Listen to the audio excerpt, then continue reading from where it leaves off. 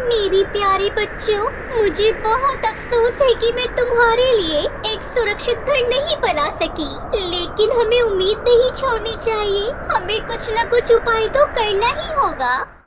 ये कहानी एक छोटे से जंगल की है, जहाँ एक गरीब टुनटुनी चिड़िया अपनी दो संतान, एक बेटा और बेटी के साथ रहती थी। ठंड के मौसम में उसका छोटा सा घोंसला टूट चुका था और वो अपने बच्चों के साथ खुले आसमान के नीचे आसरा लेने के लिए मजबूर हो गई थी। उसकी हालत इतनी बुरी थी कि उसे समझ में नहीं आता कि वो अपने बच्चों को किस तरह ठंड से बचाएगी। लेकिन एक दिन एक चमत्कारी घटना घटी और टुनटुनी चिड़िया की किस्मत बदल गई। टुनटुनी चिड़िया का जीवन बहुत ही संघर्षमय था।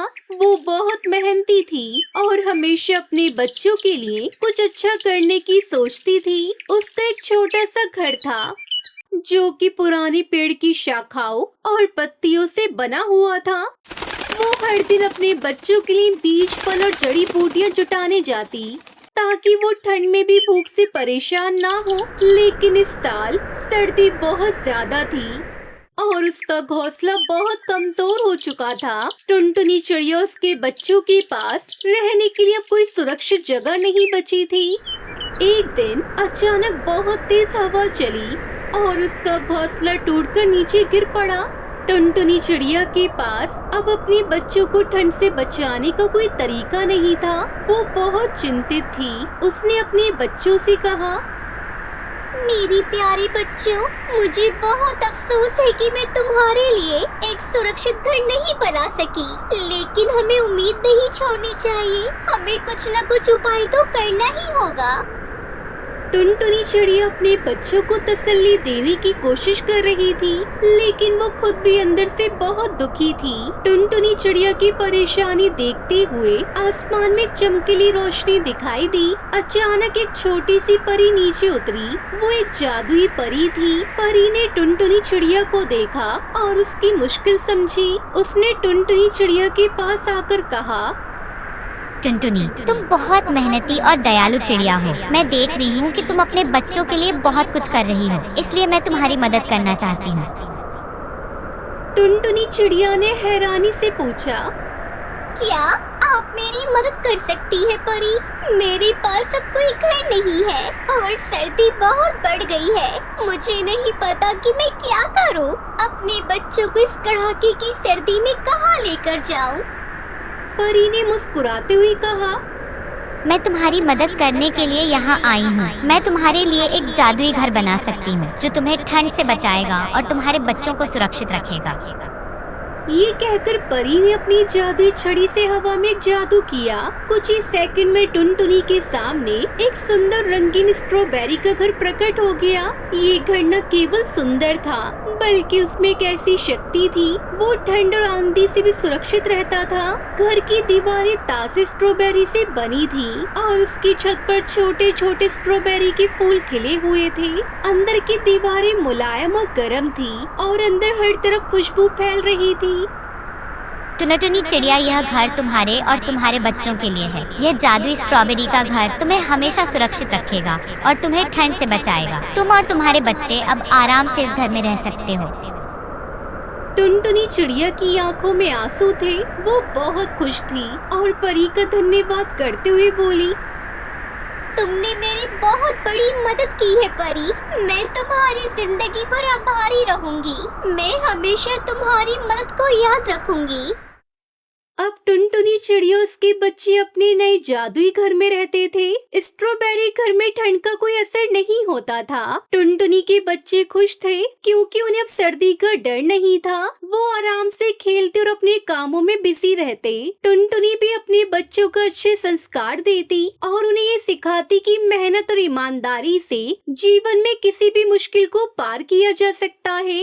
एक दिन टुनटुनी ने अपने बच्चों से कहा, देखो बच्चों, हमें हमेशा अच्छे काम करने चाहिए। परी ने हमें ये घर दिया है क्योंकि हम मेहनत करते हैं और एक दूसरे की सहायता करते हैं। हमें भी दूसरों की मदद करनी चाहिए।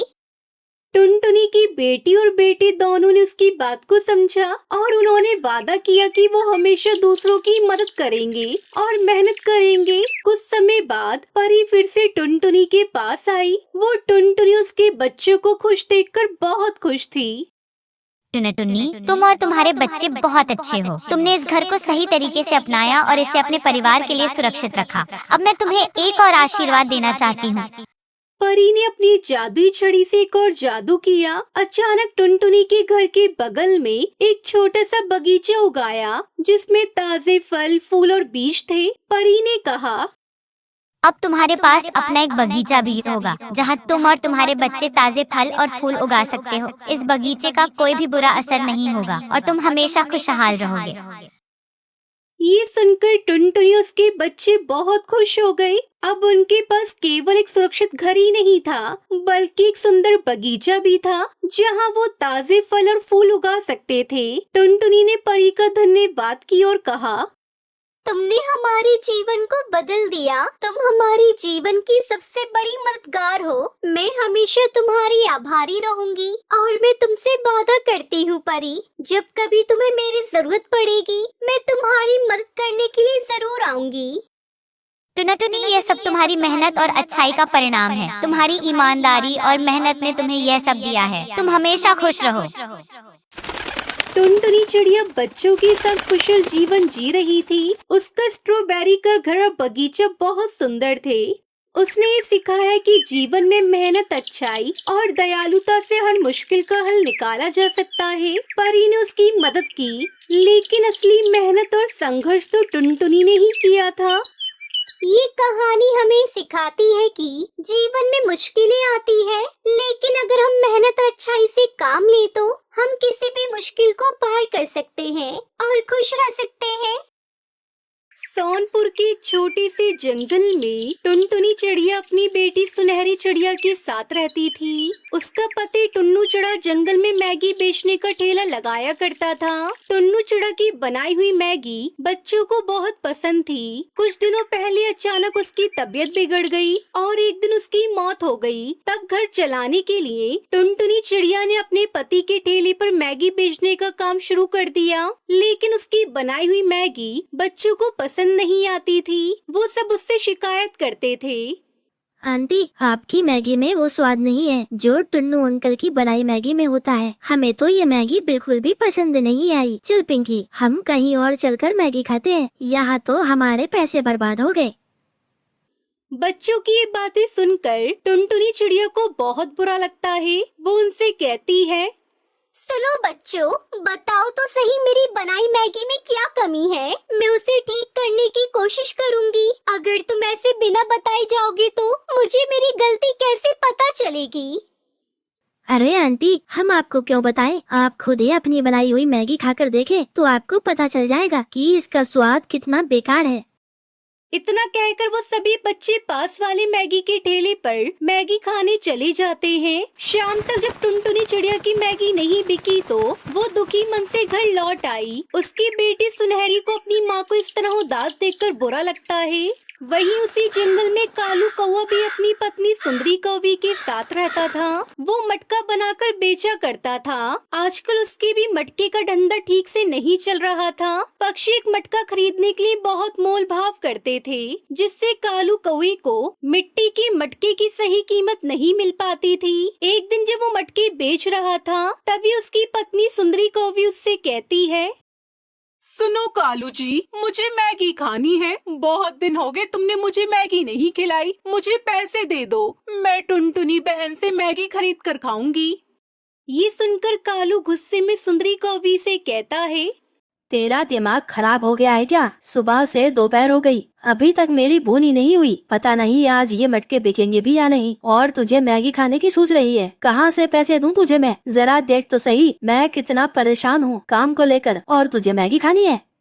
अपने पति की डांट सुनकर सुंदरी कौवी रोने लगती है। वहीं ये सब टुनटुनी चिड़िया देख लेती है। उसका रोना टुनटुनी चिड़िया से देखा नहीं गया। वो मैगी लेकर सुंदरी कौवी के पास आती है।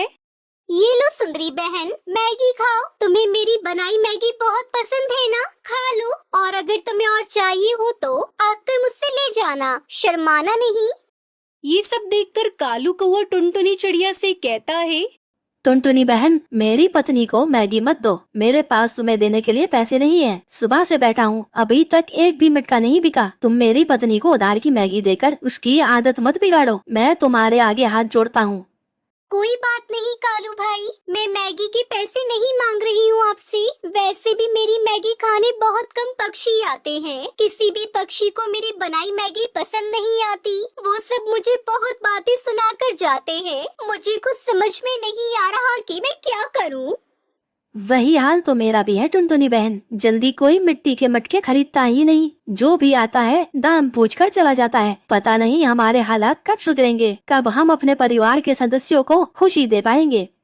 टुनटुनी चिड़िया और कालू कौवा आपस में बातें करने लगते हैं। उधर सुंदरी मैगी खाकर कहती है, टुनटुनी बहन, आपके हाथ की बनाई मैगी बहुत स्वादिष्ट होती है। मुझे तो मजा आ जाता है। इस तरह कुछ दिन बीत जाते हैं। एक दिन टुनटुनी चिड़िया अपनी बेटी सुनहरी को कालू कौवे के मटके के बारे में बताती है। बेटा, कालू कौवे के हालात बिल्कुल हमारी तरह है। फर्क इतना है कि वो मिट्टी से मटके बनाता है और मैं मैगी बनाती हूँ। दोनों के पास ग्राहक नहीं है। माँ, मैंने बाजार में मटका बिरयानी, मटका कुल्फी बिकते देखा है। क्यों ना आप भी मटका मैगी बेचना शुरू कर दो। अगर पक्षियों को मटका मैगी पसंद आ गई तो कालू अंकल को भी फायदा होगा। सुनहरी बिटिया, तेरी बात तो सुनने में अच्छी लग रही है। मैं अभी जाकर कालू कौवे से कुछ मिट्टी के मटके लेकर आती हूँ। अगले दिन से टुनटुनी चिड़िया अपनी बेटी सुनहरी चिड़िया के साथ मिलकर मटका मैगी बेचने लगती है। आओ बच्चों आओ, मटका मैगी खाओ। गर्मा गर्म चटपटी स्वादिष्ट मटका मैगी खाओ। टुनटुनी चिड़िया की आवाज सुनकर पक्षियों के बच्चे उसके ठेले के पास आते हैं और टुनटुनी से मटका मैगी खरीदकर खाने लगते हैं। उस दिन से टुनटुनी चिड़िया की मटका मैगी की बिक्री बढ़ जाती है। साथ में कालू कौवे को भी मटके की अच्छी कीमत मिलने लगती है। इस तरह से टुनटुनी चिड़िया और कालू कौवा खुशी खुशी अपने परिवार के साथ रहने लगते हैं। एक बार जंगल में सभी पक्षी इकट्ठा हुए और उन सब पक्षियों ने फैसला किया कि उन पक्षियों के बीच एक राजा या रानी होनी चाहिए जो उस जंगल को अच्छे से संभाल सके और पक्षियों की जिम्मेदारी निभा सके।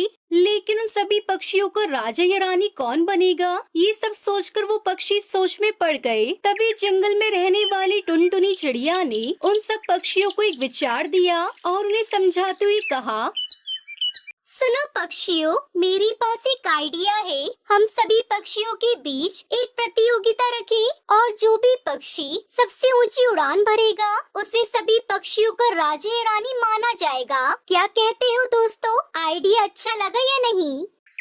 ये सुनकर वो सब बहुत खुश होते हैं। सभी पक्षियों को टुनटुनी चिड़िया का ये विचार पसंद आया। पक्षियों ने इसके लिए सहमति जताई। वहीं एक चील जो वहाँ मौजूद था, उसने अपने बड़े शरीर के बारे में दावा करना शुरू कर दिया और सभी पक्षियों से गुस्से में कहा, सुनो पक्षियों, तुम सब जानते नहीं हो क्या, मैं सभी पक्षियों में सबसे ज्यादा मजबूत हूँ, बलवान हूँ। और वैसे भी आप सभी जानते हैं कि केवल मैं ही हूँ जो सबसे ऊंची उड़ान भर सकता हूँ आकाश में। तो फिर प्रतियोगिता क्यों? इस प्रतियोगिता को करके आप सब खामखा अपना समय बर्बाद करेंगे। इसलिए मेरी माने और मुझे अब इस जंगल का राजा मान लें।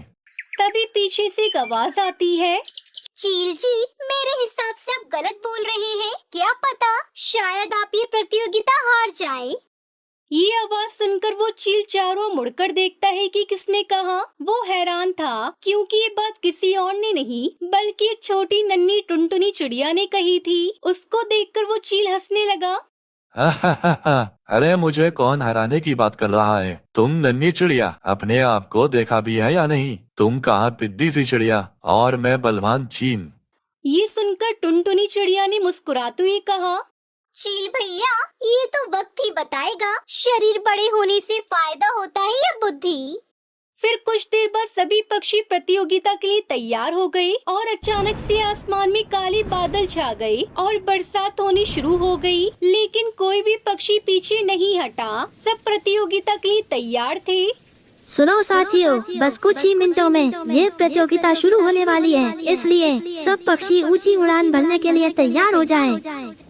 बंटी कबूतर की घोषणा करते ही सभी पक्षी हवा में उड़ने लगे, लेकिन वो पक्षी बहुत अधिक और लंबे समय तक नहीं उड़ सके क्योंकि बारिश भी बहुत तेज हो रही थी। वो सब एक एक करके प्रतियोगिता से बाहर हो गए। बस अब सिर्फ इस प्रतियोगिता में नन्ही टुनटुनी चिड़िया और चील ही बचे थे। तभी बादल टुनटुनी चिड़िया से कहते हैं, टुनटुनी चिड़िया, तुम जानती हो तुम इतनी ताकतवर नहीं हो कि उस विशाल चील का सामना कर सको, इसलिए मेरी मानो तुम इस प्रतियोगिता को छोड़ दो या मैं तुम्हारी मदद करूं।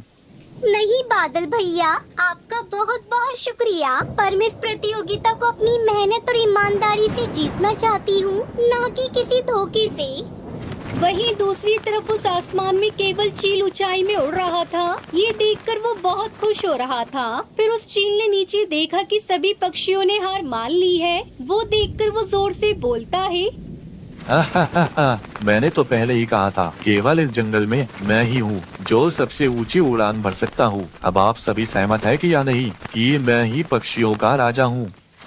पर उस चील को पता नहीं था कि नन्ही टुनटुनी चिड़िया उसके पंखों के नीचे उड़ रही है। जिस क्षण वो रुका, तभी नन्ही टुनटुनी चिड़िया उसके पंखों के नीचे से बाहर निकल गई और वो चील के सर के ठीक ऊपर उड़ गई। नहीं नहीं मिस्टर ईगल भाई, आई थिंक आप गलत हैं। राजा आप नहीं, बल्कि मैं इन सभी पक्षियों की रानी हूँ। देखो, मैं तुमसे ज्यादा ऊंचाई पर हूँ। मैंने कहा था ना मिस्टर ईगल, शरीर पर घमंड मत करिए क्योंकि बुद्धि बड़ी होती है। देख लीजिए, जिसकी वजह से मैं नन्ही छोटी सी चिड़िया आप जैसे विशाल चील से जीत गई। सभी पक्षी टुनटुनी चिड़िया की बात से सहमत थे। वो सब पक्षी घमंडी चील को प्रतियोगिता में हारता हुआ देखकर बहुत खुश थे। फिर सभी पक्षियों ने टुनटुनी चिड़िया को अपना मुखिया चुना। फिर टुनटुनी चिड़िया अपने जंगल के सभी पक्षियों के साथ खुशी खुशी रहने लगती है और उनकी जिम्मेदारी अच्छे से संभालती है। तो दोस्तों, इस कहानी से हमें शिक्षा मिलती है कि कुछ काम आपकी क्षमता से अधिक मजबूत है, तो इसका मतलब ये नहीं है आपको कोशिश करने से पहले छोड़ देना चाहिए। इसके बजाय आपको सोच समझकर कोशिश करनी चाहिए। क्या पता आप उस काम में जीत हासिल कर लें, जैसे टुनटुनी चिड़िया ने की। तो दोस्तों, अगर आपको हमारी आज की कहानी पसंद आई हो तो इस वीडियो को लाइक और ऐसी ही कहानियाँ देखने के लिए इस चैनल को सब्सक्राइब करना ना भूलें।